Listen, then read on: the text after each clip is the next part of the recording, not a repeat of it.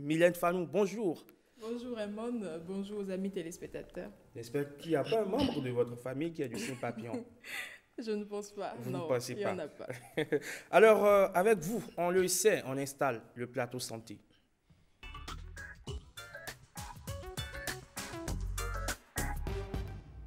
Et aujourd'hui, nous nous intéressons aux troubles obsessionnels compulsifs. Oui, on s'intéresse au TOC et se laver les mains plusieurs fois, plus de 20 fois par jour. Vérifier plusieurs fois que la porte est bien fermée ou que le gaz est éteint. Ces gestes obsessionnels peuvent gâcher la vie de plusieurs personnes. Il s'agit des TOC, d'un trouble qui est mal vécu, pourtant il est à l'origine d'une vraie souffrance psychologique et peut constituer un réel handicap dans la vie quotidienne. Alors, comment reconnaître ces TOC? Comment les comprendre? C'est ce qu'on verra ce matin avec notre invité, Fidèle Hadjiroundé. Bonjour. Bonjour, madame la Vous journaliste. êtes psychologue clinicien. Ouais. Merci d'être avec nous ce matin dans cette parenthèse pour parler de ce sujet qui concerne beaucoup plus de monde qu'on pourrait l'imaginer. Déjà, la clarification conceptuelle, qu'est-ce que c'est qu'un TOC? Alors, je peux dire que le trouble obsessionnel compulsif est une maladie psychique grave, débilitante, qui empêche beaucoup de personnes dans le monde d'aujourd'hui, donc au Bénin, de se comporter de façon normale, si nous allons faire appel à la normalité, et se retrouver dans des difficultés de fonctionnement de façon quotidienne. Donc voilà de façon résumée ce que je peux dire en ce qui concerne la définition. D'accord. Qu'est-ce que vous mettez quand vous dites de façon normale? Alors quand je parle de façon normale, si nous nous référons quand même, je peux dire, au trouble même, qui dit trouble obsessionnel compulsif, dedans nous avons des obsessions et nous avons des compulsions. Et quand nous parlons des obsessions, c'est-à-dire c'est des pensées, c'est des idées, c'est des pulsions persistantes qui empêchent l'individu de fonctionner comme un être humain doit se fonctionner. Mais on a tous des pulsions, on a tous des envies, des idées, de ces petites manies. Est-ce que ça signifie directement qu'on est souffrant, qu'on a des TOC? Non, tout le monde a des manies. Tout le monde a des manies. Mais pour parler de troubles dans des situations données, il faut quand même qu'il y ait une obsession. Et quand on parle d'obsession, j'ai dit que c'est une pensée persistante. Et cette pensée persistante doit empêcher l'individu de vivre de façon quotidienne, doit empêcher l'individu de fonctionner comme cela se doit. C'est-à-dire que ça doit l'handicaper dans son processus de fonctionnement de façon quotidienne. Et nous avons aussi la compulsion. La compulsion, c'est que cette pensée va se convertir en acte. Et l'individu pense la chose et commet un acte qui va quand même éviter d'une certaine façon l'anxiété qui naît en lui. Je vois. Est-ce qu'il y a des causes où on est comme ça? Non, évidemment, il y a des causes. Il y a des causes qui donnent la naissance à des troubles obsessionnels compulsifs. Et pour parler des causes, je peux parler de trois types de causes. D'abord, les causes psychogénétiques. Et quand je parle de causes psychogénétiques, je peux faire appel à des pensées aversives. Ces pensées aversives qui viennent des stimulations spécifiques. C'est-à-dire que l'individu, à un moment donné, est confronté à une situation donnée et qui alimente une pensée en lui. Et cette pensée liée à cette stimulation spécifique peut être généralisée à d'autres situations. Si je prends l'exemple de quelqu'un qui a été victime d'un viol, il va peut-être avoir dans les premiers moments que peut-être l'éjaculation ou celui qui est rentré en contact sexuel avec lui peut-être est malpropre et donc va commencer par se nettoyer petit à petit. Nettoyer son vagin, nettoyer ses mains, etc. Et cette intention d'être contaminé, par exemple, par les sécrétions, les spermes, etc., de celui avec qui l'acte a été commis, peut se généraliser par D'autres, ça peut commencer par le lavage de vagin et aller vers le lavage des mains, etc., etc. Est-ce que déjà l'environnement aussi n'en rajoute pas? Bon, l'environnement peut rajouter. Si je dois parler en termes d'environnement, je dois évoquer les causes socio-génétiques et qui prend en considération le processus d'éducation de l'enfant.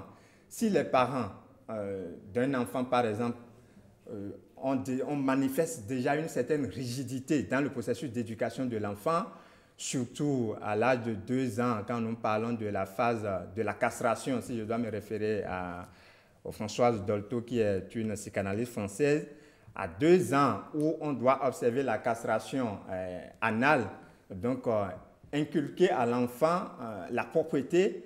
Si les parents manifestent une certaine rigidité, l'enfant qui fait ses besoins, ses selles, et puis n'arrive pas à contrôler complètement, les parents se ruent sur l'enfant pour le frapper à mort, par exemple.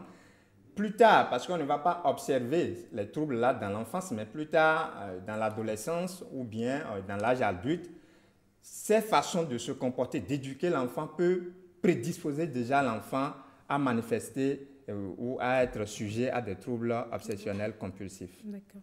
Et il y a plusieurs types de troubles.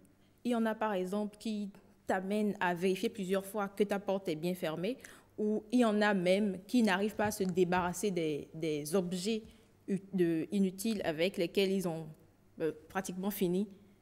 Est-ce que vous pouvez nous citer les types de troubles qui existent? En parlant de troubles, de différents types de troubles, je peux dire que nous pouvons essayer de parler de différents types de manifestations. Ça va être plus compréhensible pour nous, les différents types de manifestations. Nous avons évoqué dans la définition qu'il s'agit des obsessions et qu'il s'agit des compulsions. Donc, au niveau des obsessions, nous pouvons évoquer les contaminations, les contaminations, la crainte de contamination au niveau des obsessions, où on peut constater des lavages de mains parce que l'individu pense qu'il y a des microbes, il y a de saleté partout. Lavage, l'individu peut éviter même parfois, concernant toujours la contamination du fait de ses besoins, il peut refuser de faire ses besoins des selles, uriner, parce qu'il imagine qu'il peut être contaminé par ses besoins, ses propres sécrétions. On peut aussi imaginer, je peux parler aussi d'obsession et de l'ordre. Obsession de l'ordre, l'individu va être rigoureux dans le rangement de ses affaires, classer les habits par couleur, les chaussures par couleur, etc., etc. Et dans les compulsions, nous pouvons parler des rituels mentaux. L'individu peut dire, bon, pour éviter la naissance de l'anxiété ou bien pour réduire l'anxiété, non, je vais compter par exemple 1, 2, 3 jusqu'à 10 dans ma tête. Donc l'individu se met dans ce mouvement compulsif-là de compter là pour pouvoir éviter tout simplement de faire naître l'anxiété en lui. Donc de façon résumée, voilà ce que je peux dire par rapport au type, donc aux manifestations liées aux troubles obsessionnels compulsifs. Alors, monsieur Adioune, à quel moment on peut glisser du TOC pour la paranoïa? Alors, à quel moment on peut glisser du TOC pour la paranoïa? D'abord, paranoïa, ça concerne un certain type d'âge. Donc, alors que le trouble obsessionnel compulsif, ça peut démarrer déjà dans l'adolescence, alors que l'autre, c'est dans l'âge adulte. Donc, déjà là, on peut faire la distinction, la part des choses.